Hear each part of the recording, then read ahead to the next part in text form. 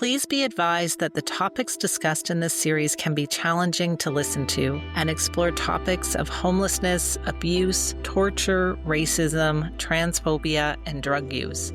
Please take care while listening, and if you need support, unfortunately there isn't a national crisis line in Canada, but you can find provincial crisis lines and other resources on the podcast website.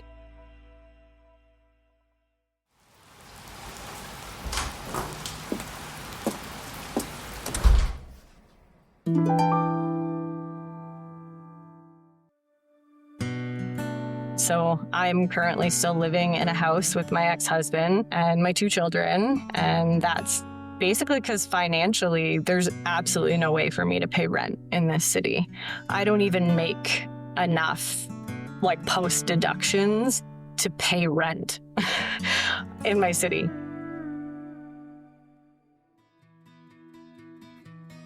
Welcome back to She, They, Us, a podcast brought to you by the Pan-Canadian Voice for Women's Housing. I'm Andrea Reimer. I'm a former city councillor for the City of Vancouver, an adjunct professor of practice at UBC's School of Public Policy and Global Affairs, and a housing advocate who has experienced homelessness firsthand. In the last episode, we learned about NAHA, a review panel established by the federal government's National Housing Council on the right to housing for women, two-spirit, trans, and gender-diverse people, and the government's duty to uphold this right. We also met Margaret Wanyoike, who shared her shocking story, which illustrated the specific challenges women face when Canada's current housing system fails them. NAHA is a big opportunity to change things for women like Margaret, but in order for NAHA's work to make a difference on the ground, the federal government needs to act on their recommendations. In today's episode, we will look at the work the federal government has been doing, or at the least should be doing, to help women and gender-diverse people in the housing crisis and some of the structural barriers to greater action. First, let's meet Ashley, an HIV Support Services Coordinator based in North Bay, Ontario. You heard Ashley in the opening, and as you heard, even though Ashley is separated from her husband, she still lives with him in the house he owns as she simply cannot afford other housing for herself and their children. Here's Ashley. My name's Ashley. I am working as the HIV Support Services Coordinator in North Bay out of an ASO, an AIDS service organization. I always use acronyms, sorry.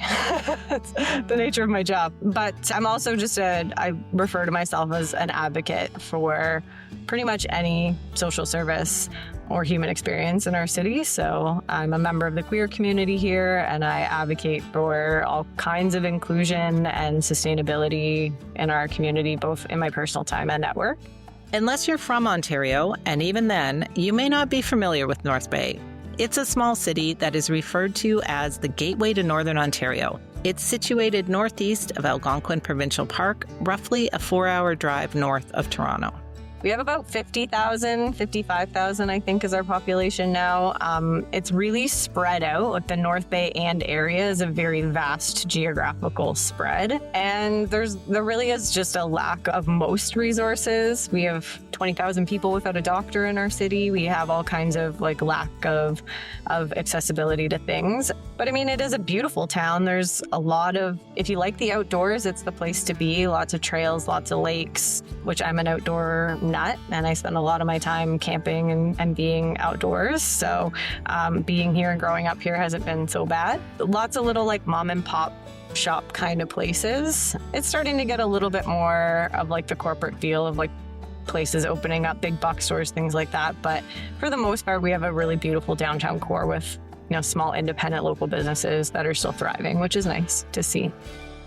North Bay is growing, and like any growing city in Canada, the cost of growth is a quickly rising cost of living. Our housing market is terrible now, and I separated from my husband 2 years ago. Luckily, we're not in a toxic place, but we still live together, and that's not really great, right? So I'm currently still living in a house with my ex-husband and my 2 children, and that's basically because financially, there's absolutely no way for me to pay rent in this city.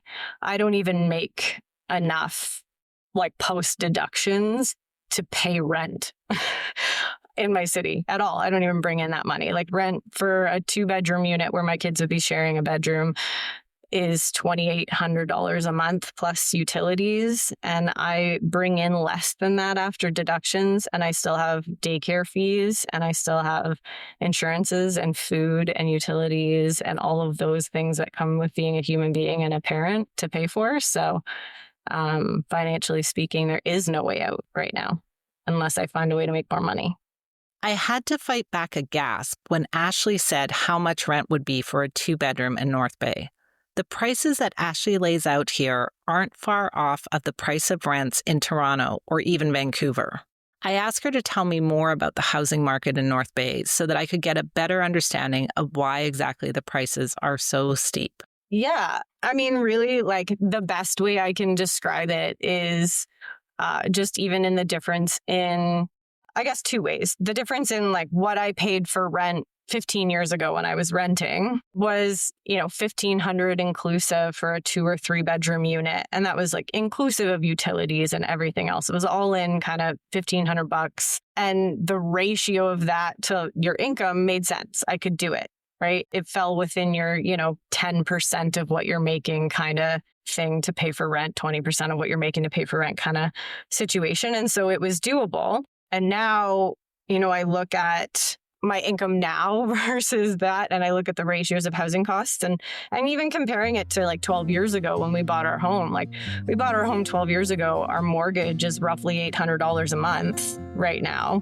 for a 5-bedroom house. And that I think is the biggest thing in North Bay though, is that like these housing prices have dramatically increased, but our wages and the job availability in our small town hasn't. Right. So I'm lucky enough right now that I do have that opportunity to continue living in that home and have that lower cost. But I'm also in the position that if I choose to leave that because of my relationship situation, then I am now entering a market that is substantially more expensive and my wage doesn't change. Right. It's hard to even imagine what that would look like. I've looked at situations where I would be, sleeping on a couch while my kids got the 1 bedroom and both shared it. And even at that, I would be sacrificing like a safe neighborhood. I'd be sacrificing a place where I felt okay to let my kids like play outside and the quality of home, right? In that there's not a lot of honest landlords in our city. It's something that I battle with every day with my clients at work. And it's something I battle with when I was renting and even still now, is that there are a lot of landlords in the city that take advantage of people and they don't maintain properties and they don't uphold people's rights under Landlord Tenant Act. So entering into all of that stress as well as a single mom just is like, how do I even fathom getting through all of that, right? I was curious if Ashley and her ex-husband had discussed Ashley keeping the house and her ex-husband moving into a rental. That's been discussed. Unfortunately, I'm in the same situation that a lot of my friends have been in similar positions, is that my ex-husband actually bought the house before we were married, and he is the primary mortgage holder of that home. I mean, my ex, as great of a person as he is, makes like more than double my income. So his ability to sustain living in this market is a better chance than me. And yes, it's a marital home. And yes, I could fight for it and all of those things. But I would actually be required to qualify for a mortgage to have that home. And on my income, I've already been told that's likely not going to happen. And it's like, even comparing his income and mine and then doing what he would potentially owe for child support, even with that, I would still be making less than like $3,500 a month.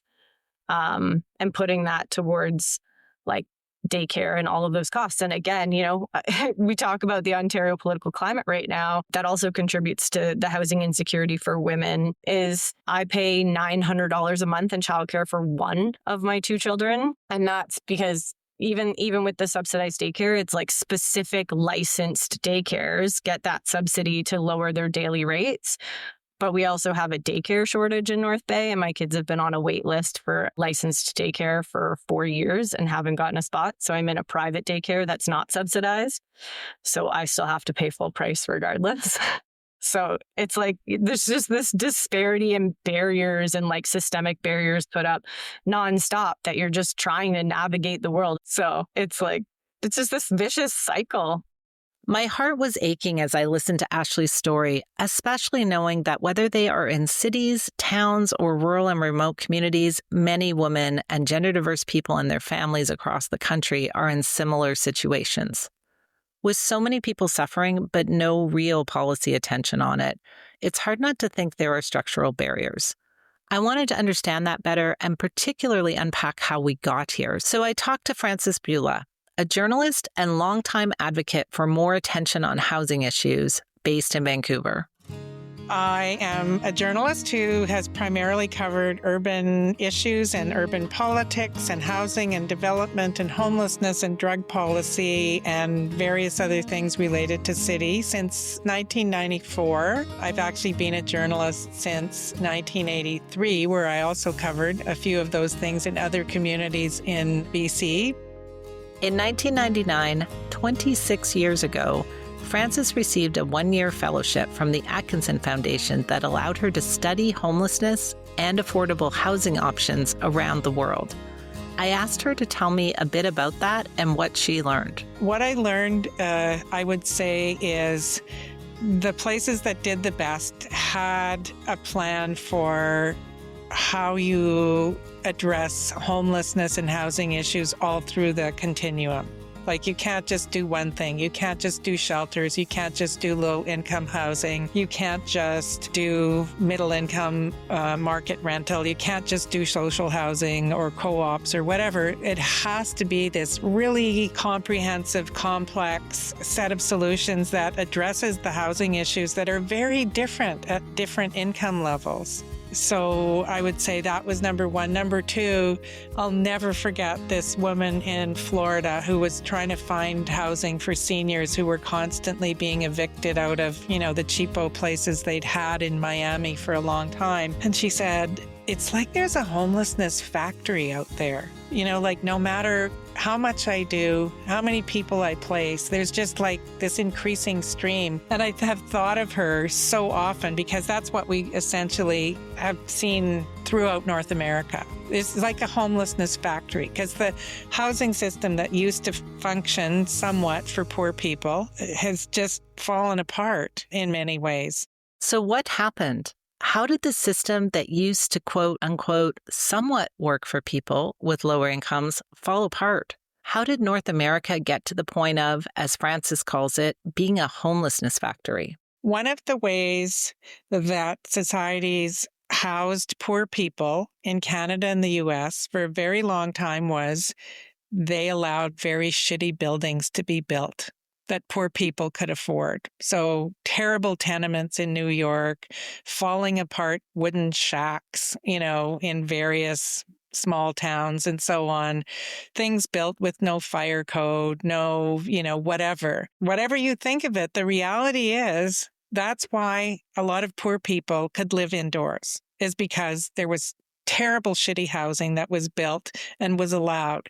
Now, increasingly, we see the standards for housing have gone up steadily. There's more and more required all the time for any new unit that you build, and that costs more money. It costs enough money that you cannot build that kind of, even the cheapest housing that you can come up with is still more than people in the lowest income levels can afford. There is just no way for the market to respond without going back to 19th century practices of, building terrible shit. So that was number one. While Frances was explaining this, it reminded me of part of my conversation with Ashley.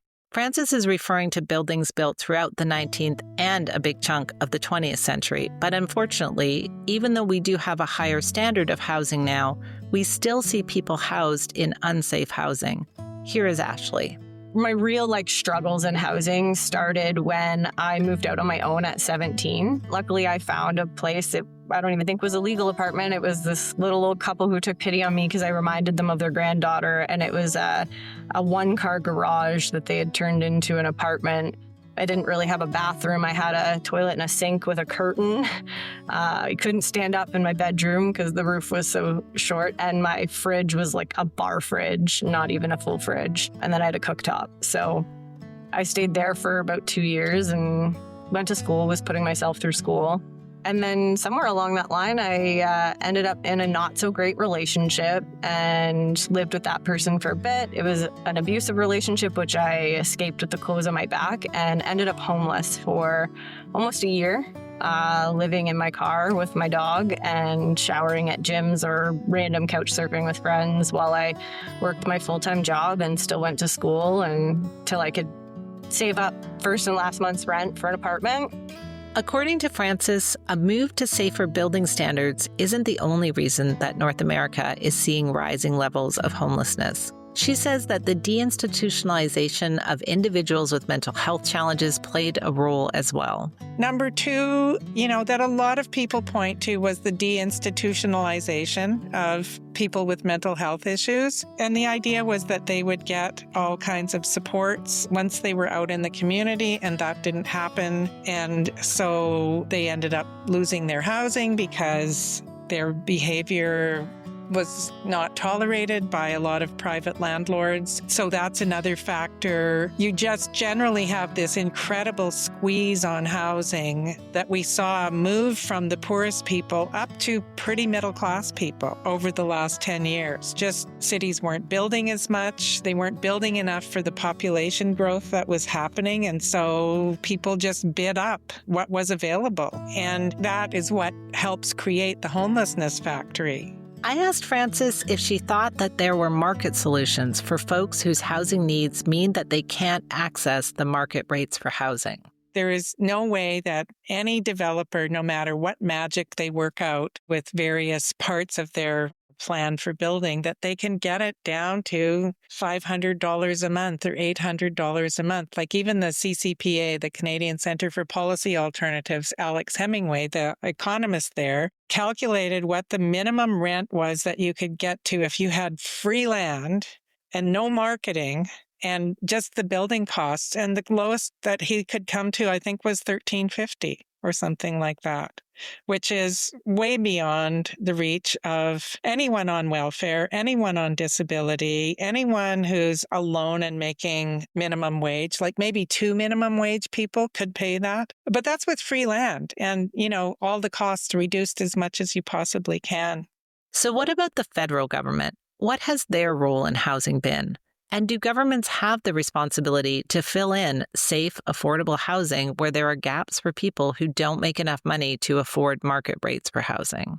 So the Conservative government in 1994 ended CMHC direct support for housing, for social housing, for co-ops, for everything. And previous to that, in the 70s, various liberal governments had cut things like, investor tax breaks. A lot of the 4-story old apartment buildings, and then the CMHC direct subsidies for social housing and various other things ended in 1994.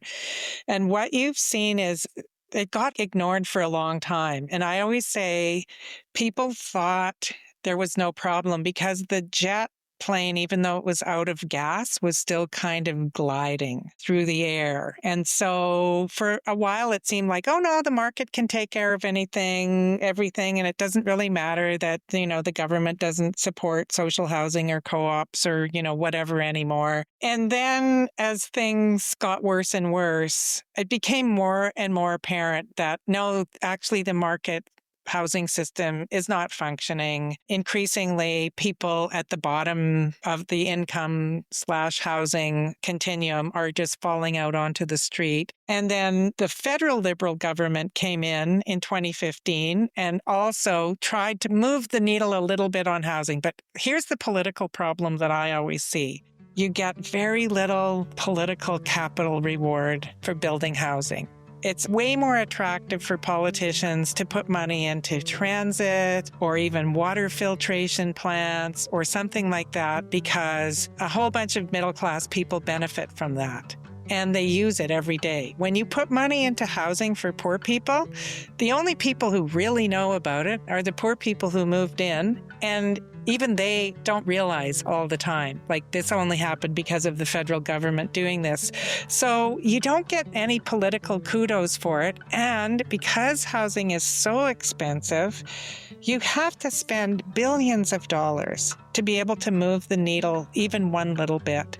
My conversation with Frances took place about 2 weeks prior to the 2025 federal election in Canada. I asked her if she was hopeful when it came to the election. I think it's partly that it's very hard to come up with anything new. Like the few things I have heard Poilievre talk about mostly seem like ideas that I've heard many times over the last 30 years. Like use federal land, eliminate taxes on certain types of, housing that's more geared to the lower end of the market, things like that. Like housing's been studied by a lot of people, and there isn't a huge amount under the sun that's new. So it does really take someone coming in and saying, we're going to do 15 different things. And that's a really hard political sell. And even when you're doing the 15 things, every time there's an announcement about one part of one of the 15 things, people are like, well, this isn't going to solve the housing problem. No, that's right. It won't. Because you have to do all 15 and you have to do them for like 20 years to start to make a dent in what it took 30 or 40 years to, erode. This rings so true with my own experience in government. In my time on Vancouver City Council, we spent a decade doing substantially more than any council had ever done in Vancouver trying to bend the curve on housing. But as Frances points to, it's a very complex problem, and the negative attention we drew didn't always inspire other governments to action.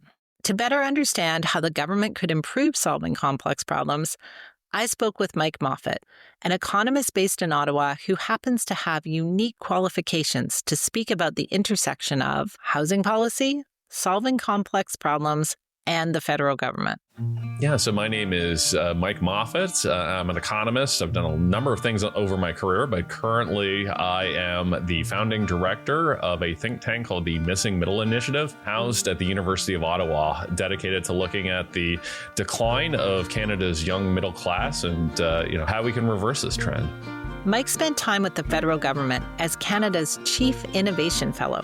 In this position, he learned a lot about the ins and outs of decision-making processes in the federal government. I was Canada's Chief Innovation Fellow, which is a fancy title, which I still don't know entirely what it means. But basically, I was advising the federal government and specifically Industry Canada on a variety of innovation programs. So it was a great experience. Kind of got to see how the sausage was made at the highest levels of federal government, and it does show that the tensions that governments have to deal with. That obviously there's public opinion, but they're constrained obviously by the Constitution and different orders of government and just the capacity of the public service to deliver on their promises. So, yeah, when you kind of get in the inside, you see that this is a very, very complex system with a lot of moving parts. In my personal experience in government, albeit local government versus Mike's federal experience, government working in its best form is providing stable, predictable, and replicable services. Things that people need on a daily basis so that they can get on with their lives. The garbage is picked up. The water flows when you turn on the tap. Transportation works the way you want it to. Innovation isn't an easy fit when your main job is reproducing the same outcome every day. I asked Mike how it felt to be the one to bring innovative ideas into these settings. It's certainly challenging, no question about it. Because in part, as somebody who's been in the outside most of my life, I tend to have a bit of a tech bro approach where it's kind of move fast and break things. And that's exactly what you don't want to be doing in government. That tends to upset people. So the system, for the system to work, it naturally has to be somewhat risk averse. It has to make sure that, it's taking kind of a do no harm approach. So that does limit what the federal government or any government can do. And because a lot of what I dealt with was issues of procurement, governments buying things and working with folks, there's never been a story in the Globe and Mail, on the front page of the Globe and Mail, that says like procurement process went well, everybody happy with the results, right? The only news you ever get for these programs is when they break. So it changes the incentives where governments, particularly in the civil service, are not trying to maximize, a positive outcome. They're trying to minimize bad things from happening. And then if bad things do happen, trying to limit the damage. There's the additional concern is that they're always dealing with the current crisis. They're always dealing with the situations and don't have the time or energy and space to really kind of do a foresight analysis of, okay, what's coming around the corner, or what if there is something that we don't deal with today, what happens tomorrow, right? So you spend all of your time putting out fires and not that much time making your home fireproof. I asked Mike if he would do anything differently based on what he learned during his tenure at the federal government. Yeah, I think I would. One of the things I really learned is the importance of simplification and not over-engineering things. That the more failure points you have, then the more things that can go wrong. So it's really kind of changed how I think about public policy, because I have a background in public policy. I taught it at Ivy Business School for over a decade before I went in. And, I do think coming out of that, the sort of advice that I give government and the work that we do here at the Missing Middle tends to be less complex, tends to have fewer moving parts and that kind of thing, and really kind of focus on that implementation side rather than coming up with the most elegant, over-engineered solution, which is going to break in 1,001 ways because of either events or is just too hard to implement. This season and last season, everyone I talk to tells me how complex housing is. There's so many moving parts, and that even if there are solutions for some parts, if all the parts aren't working, it's easy for people to fall into cracks. It's a structural, systemic failure. So fixing it is inherently going to involve a lot of what Mike calls failure points. I asked Mike how change could work in a system that favors projects with less failure points. It's kind of how we got in this mess to begin with, that, there were, I would say, at least a couple dozen different factors that created a perfect storm. And I noticed that when I post online, I'll talk about one factor and I'll get people saying, no, it wasn't that, it was this other one. And I don't wholly ever disagree with them. I said, no, actually, you're right. That's important too. And we have to look at these things. So I think it does require each order of government to sort of figure out, okay, what are the things that we can do? How can we contribute to a solution? Because each order of government has their own set of tools. But ideally, it should involve, governments working together and kind of rowing in the same direction and coming up with coordinated plans. Ideally, I would love to see the federal government kind of take a Team Canada approach where they bring together, the premiers of the 10 provinces and 3 territories, along with some of the mayors of the biggest cities, and sit everyone in a room. The housing czar, I lock everybody in a room and say, okay, you're not getting out until you can come up with a coordinated plan. But that's so challenging to do in this country, because again, even just at the provincial and territorial level, you've got 13 different premiers who have different priorities, different ideologies, and so on. It makes it very challenging to coordinate housing policy, and it's also a different crisis across the country, where even Northern Ontario, the housing challenges are different than Southwestern Ontario, let alone the challenges between, say, British Columbia and Saskatchewan, which are, I would argue, quite a bit different from each other. And that's the other challenge. As we found out in the first season, the housing crisis isn't a crisis for everyone. It's primarily felt by those who don't own homes. For those who do own, the so-called housing crisis can be more of a housing windfall. And a lot of folks in government, both elected and staff, are in this very position. So how can we act in this situation when a lot of the people in power don't fully grasp the crisis? I use the term housing crisis, and that's not entirely accurate. I would say that there are a set of overlapping crises from, the homelessness side of it to what we look at the Missing Middle, which is young middle-class Canadians. And there's a variety of challenges that overlap and intersect with each other. But as you point out, there's also a lot of folks, and I have to admit, myself included, that at least on paper, benefit from the status quo.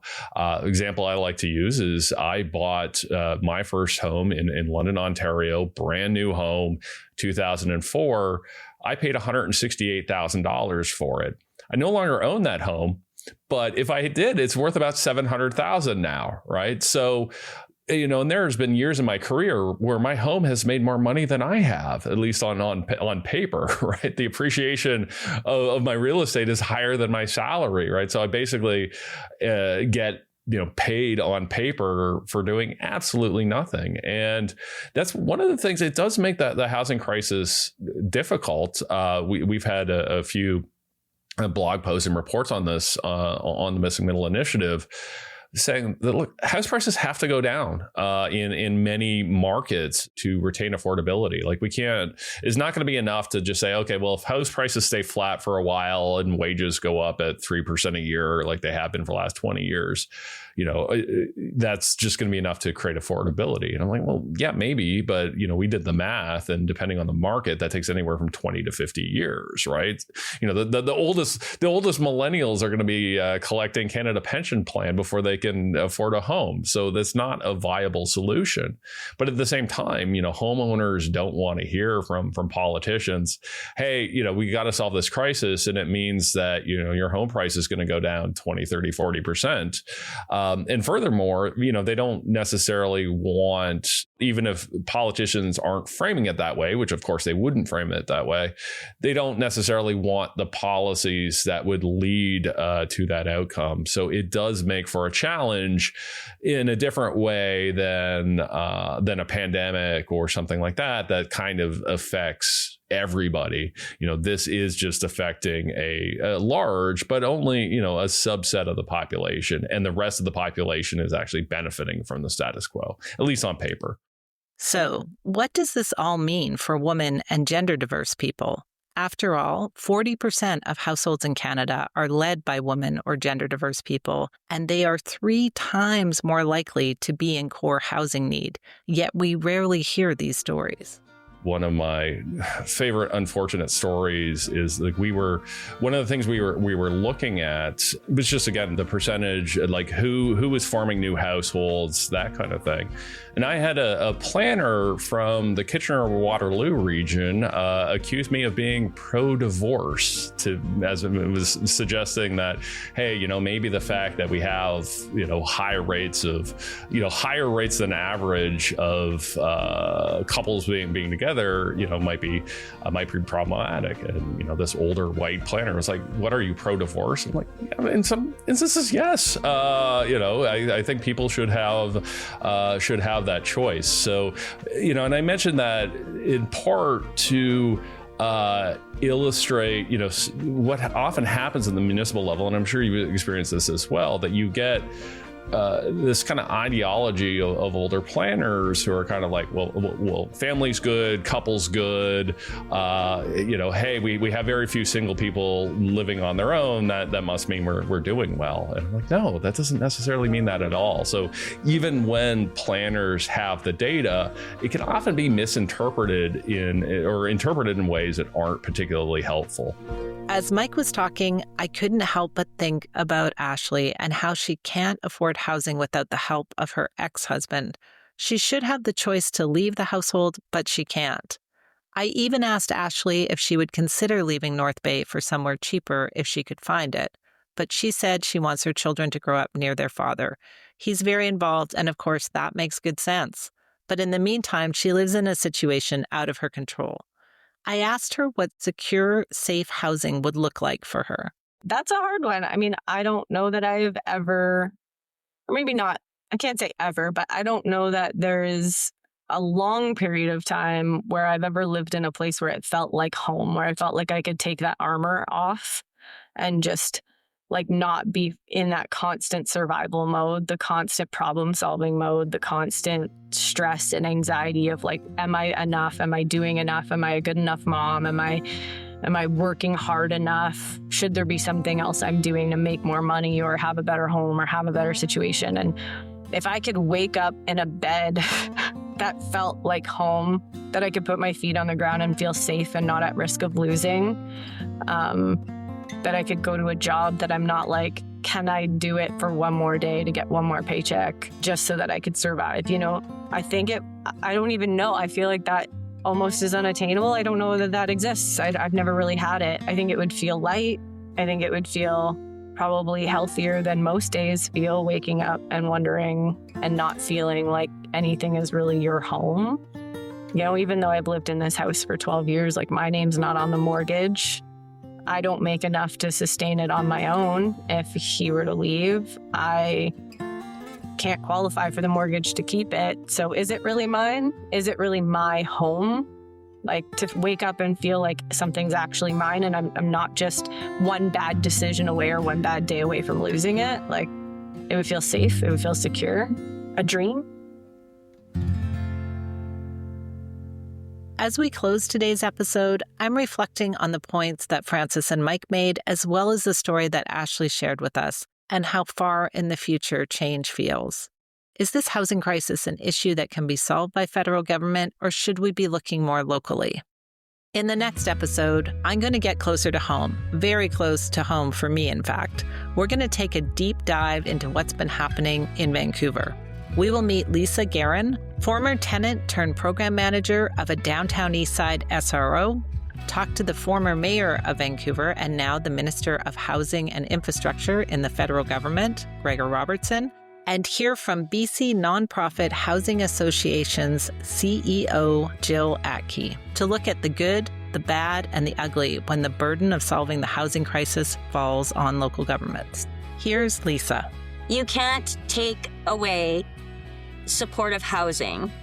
You can't remove people from their community into other communities that they're unfamiliar, away from their supports, and expect them to be successful in their housing. It's just not going to happen. Thank you to Frances, Mike, and Ashley for sharing their expertise on today's episode. And an especially big thank you to Ashley for helping us better see what life looks like for her and her family. No doubt you know a woman or gender diverse person in a similar situation. Maybe you are that person. Sharing this episode helps more people understand what life looks like for those living at the front lines of Canada's housing crisis. Thank you for joining us. I'm Andrea Reimer on behalf of the Pan-Canadian Voice for Women's Housing.